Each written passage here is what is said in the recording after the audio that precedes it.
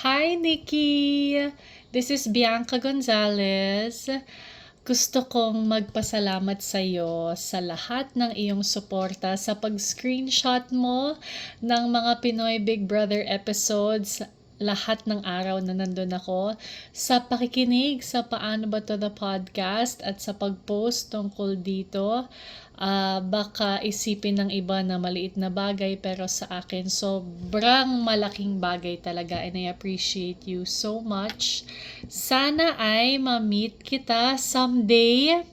Ang iyong kapatid na si Therese reached out to me and sabi ko, yes, kilala ko si Nikki Arceo. Lagi niya akong tinatag, lagi ko din siyang rinirepost. At yun, I just want to take this chance na magpasalamat sa iyo for all your patience, all your support.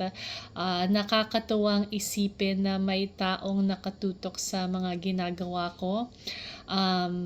Na kahit nakapagod yung araw-araw, knowing na merong nai-inspire yung aking trabaho, it's such a big deal. So I want to thank you.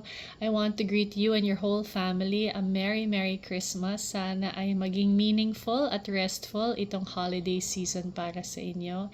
And also, ito-take ko na din ang chance na to na mag-greet sa'yo ng advanced happy birthday ngayong January.